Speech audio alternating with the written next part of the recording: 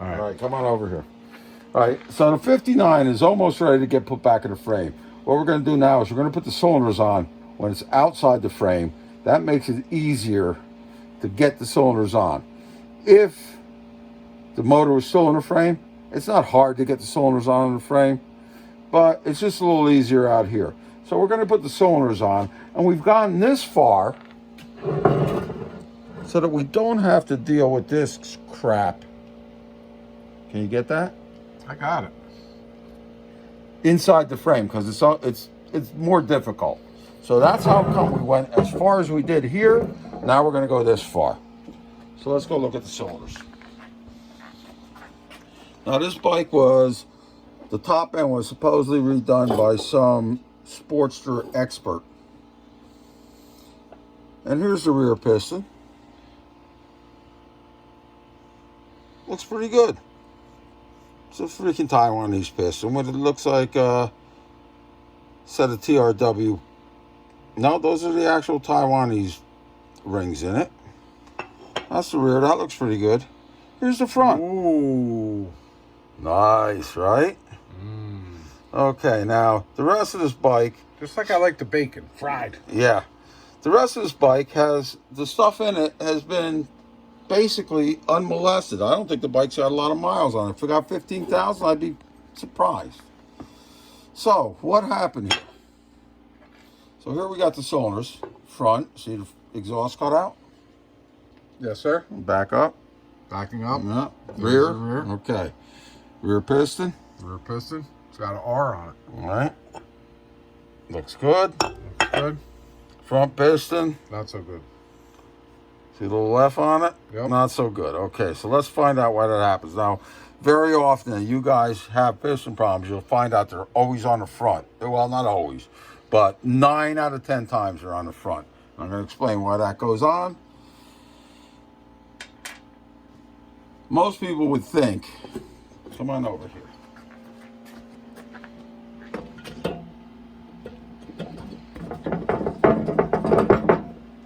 Most people would think that this front cylinder is going to run much cooler because it's in the airflow. But that's not the case at all. Here's the real deal. The air, that's from our case gasket. I forgot to scrape out of there. How do these cylinders fit so tight? That's from this goop in here. Oh, yeah. Yeah. Okay. So what really happens is when you're riding down the road, these flywheels are spinning the same way your wheels are spinning, this way. So what happens is any oil that gets in this crankcase, the first place it sees to go, other than into the cam case by the pickup, is this rear cylinder. So the rear cylinder gets flooded with oil, which cools the piston down. Okay, makes sense. The front cylinder gets starved from oil, and hence it overheats. All right. Now, if we look at this piston closely, we'll see that this side is very scored, and this side's only a little scored. This is the intake valve side. Bring it over to the motor here.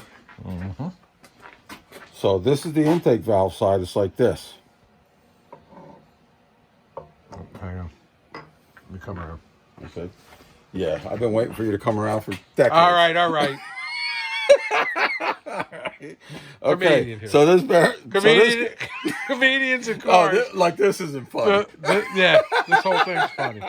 Comedians and cars building motorcycles. All right, so this side is the bogus side, obviously the very damaged side. This side is barely damaged less. This is the intake valve cutout. Okay. Cylinders go this way. Now, you would think that this thing would thrust backwards and make this side worse. In this case, that didn't happen.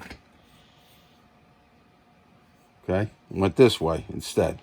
Now, that's not because of oil or anything else. That's just because once this piston tries to grow larger than the cylinder, there's going to be a little spot that no oil film can exist in. Once no oil film can exist in that little spot, grows gigantic. Sure. All right. So wherever that happens. All right. Now come on back over here. I'm back over. So what we got What do you got? is why did all of this happen? Why is this front one so shitty and this back one's beautiful? Kind of like the brothers. Why is one so shitty? Yeah, and the other one's beautiful. I know. I can't. Still to this day. I guess we could make a measurement to find out. We could take a measurement. Okay. So here we go again. Gray matter. Rear, Rear. front. Yes. Okay. All right, it's enough of a comedy show. No, it's never going to be enough of the comedy show is the whole reason we do this. To be honest with you, if we didn't have fun doing this, I'd be like, go take it to Richie. Yeah. Go buy a gold wing. Yeah. Big hands. All right. So what are you doing? I'm going to measure what this cylinder is on the top. Okay. I'm going to measure it.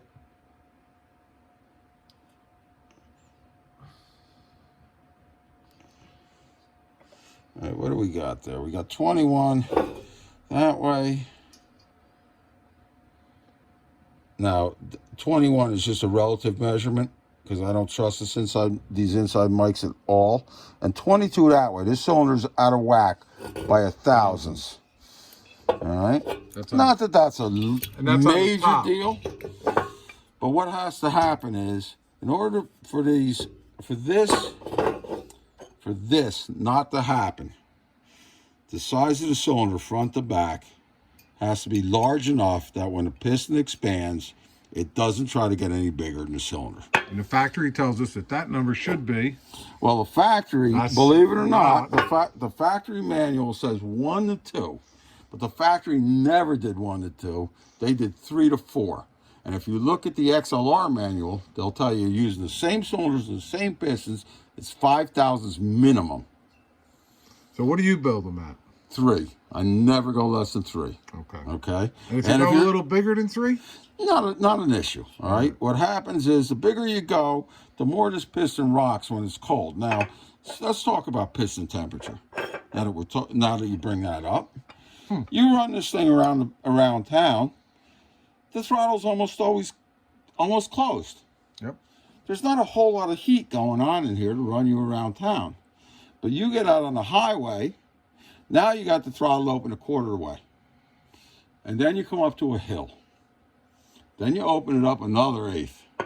And you're rolling up this hill, and the next thing you know, your bike is slowing down. That's because the amount of heat, the amount of air that all that throttle is allowing is mixing with that much more fuel and creating that much more heat, because it's the heat that pushes the piston down. If the piston is exposed to that much heat, it's going to get bigger.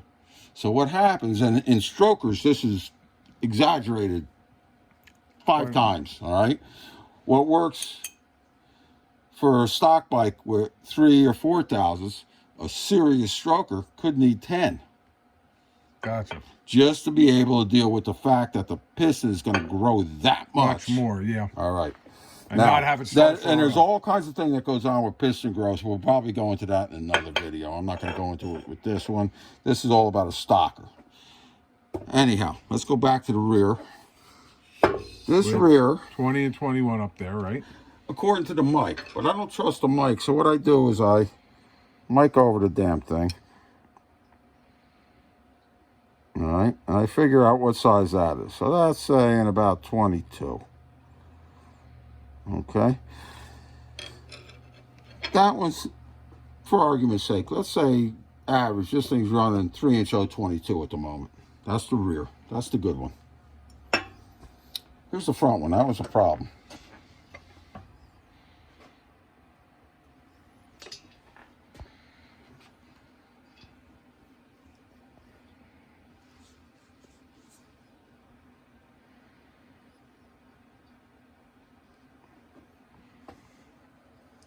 I can't get in that. Can you? There you go. Let's see if it... 19.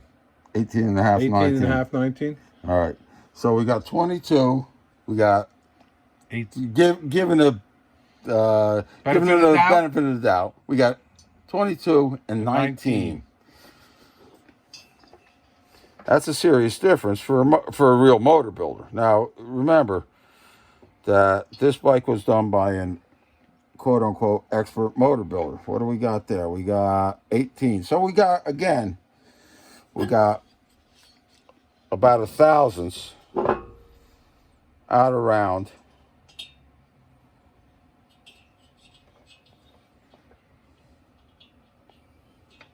When we go to the bottom looking for taper, across the wrist pin we got almost 18. Almost. Pretty close to 18. This way, we got a ton. We got, well, I shouldn't say a ton. That's not really true. We got 19. Now, for as bad as this looks, Yep. some of them are so much worse that this area of the cylinder, where it's skinny here, will actually be ovaled from the piston trying to get bigger. This is not the case on this bike, thank God. Thank goodness. All right. So what we did is we were like, all right, this one's 2 thou over nominal. And I already know from my experience that 2 thou over nominal is about where you want to be. 3-inch 22, because these are 20 over pistons. All right.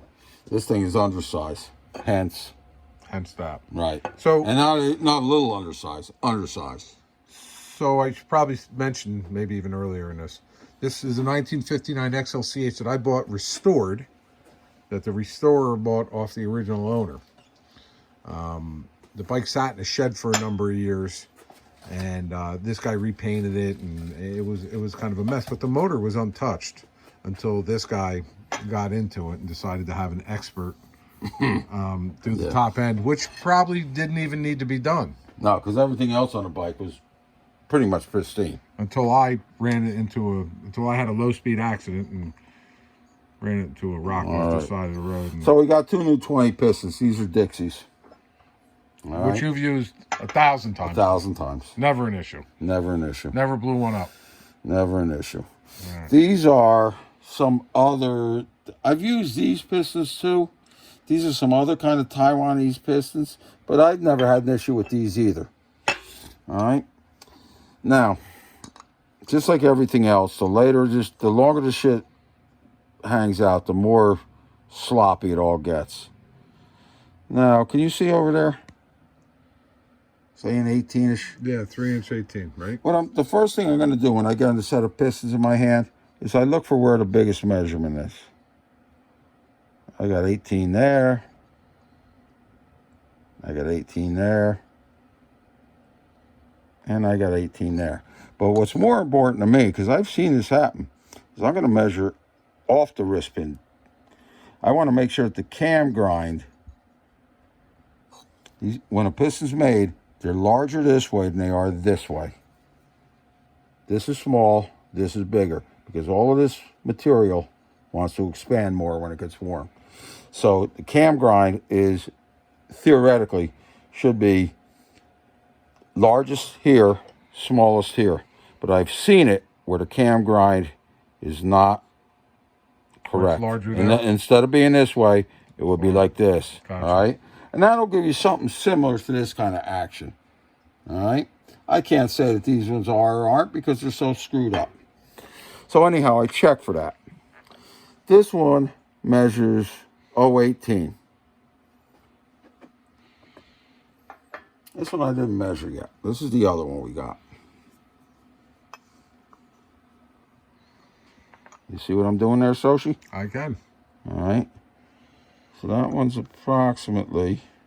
I can't see that. I can't see that either. I gotta get the glasses on. Right. Freaking old man. Old. Yeah. We're all old. Can't even fucking...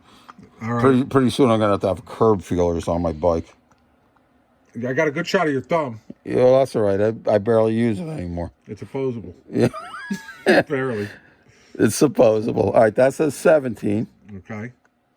Yeah, it's hard for me to get in there with this while you're... All right, well, just stick with me. That's a 17 and a half. Stick with me, kid. And that's a 17 and a half. Okay. I'll go and check the cam.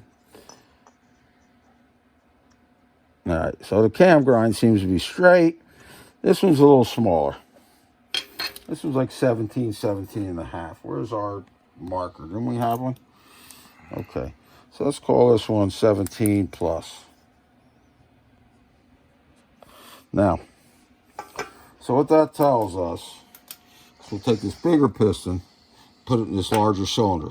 We'll take the smaller piston and we'll fit it into here. Now, this cylinder being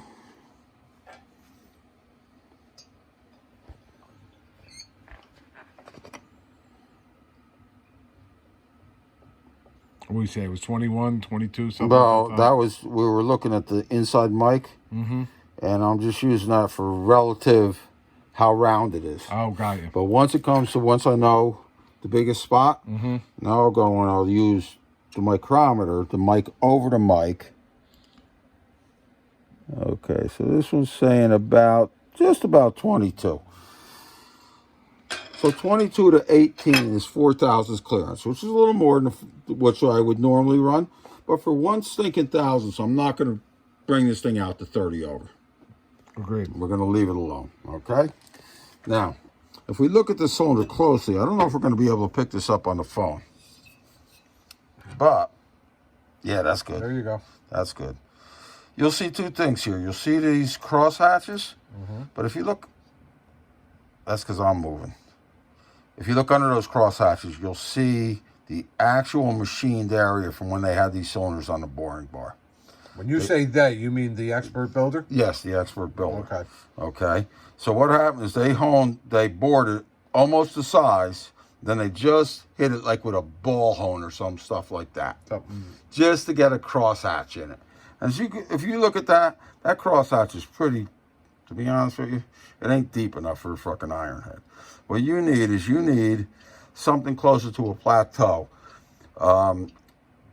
I found out that one of the best things to do was to bore them to about 2 thousandths under, and then take a coarse set of rigid sun and hone stones and hone the thing to about 1 thou before the finished bore size, and then move to a fine stone and not nail out that last 1 thousandths. That means that there's 5/10 of 1 thousandths, half of 1 thousandths coming out of each side when you go to the fine stone. That leaves a couple of fairly large scratches in there that helps transfer oil up to the ring pack. All right. Now that's not the greatest thing for oil consumption, but if you're concerned about oil consumption, maybe you shouldn't be driving a tin cover bike. Correct. Correct. Maybe a Goldwing is. So the thing about these tin cover bikes, I think, is to make them last. So that's how I do them. Now, this cylinder is almost the size. So all we're going to do here is we're going to scratch this up with the final size stones, which we'll show in the next video or one of them coming up. This cylinder is far undersized. Now, both of these cylinders are out around, and you'll probably see that showing up when I get them to the hone. This one, I'm not going to put it on the boring bar. I'm just going to rough hone it till it's round and 1 thousandths under what size we need, and then finish it with the fine stones.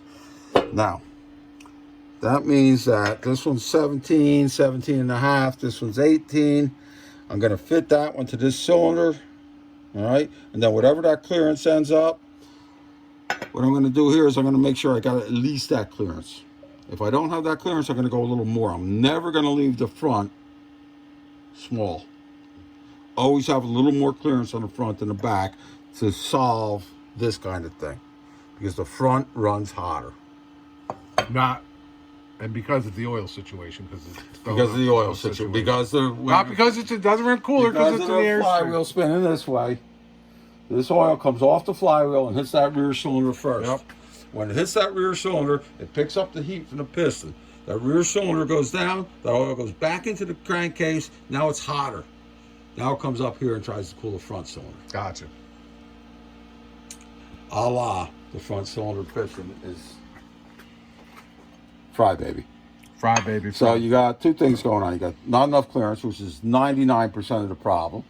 And you also have the fact that it's on the front.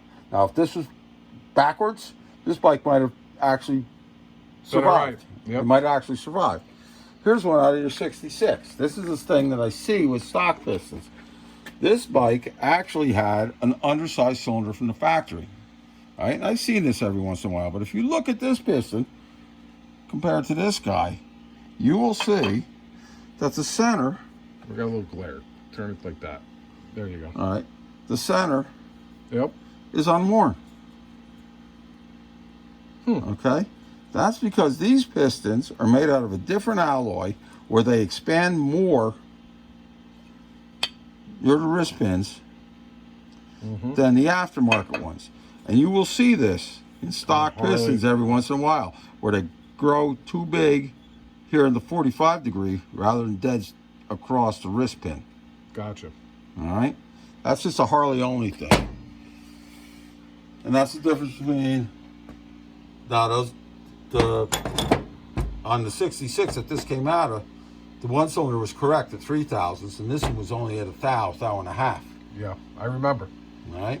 And the way we could tell that is because the front and the rear part of the cylinder weren't distorted yet. Because this guy's on a 45. The part of the cylinder was distorted was this way.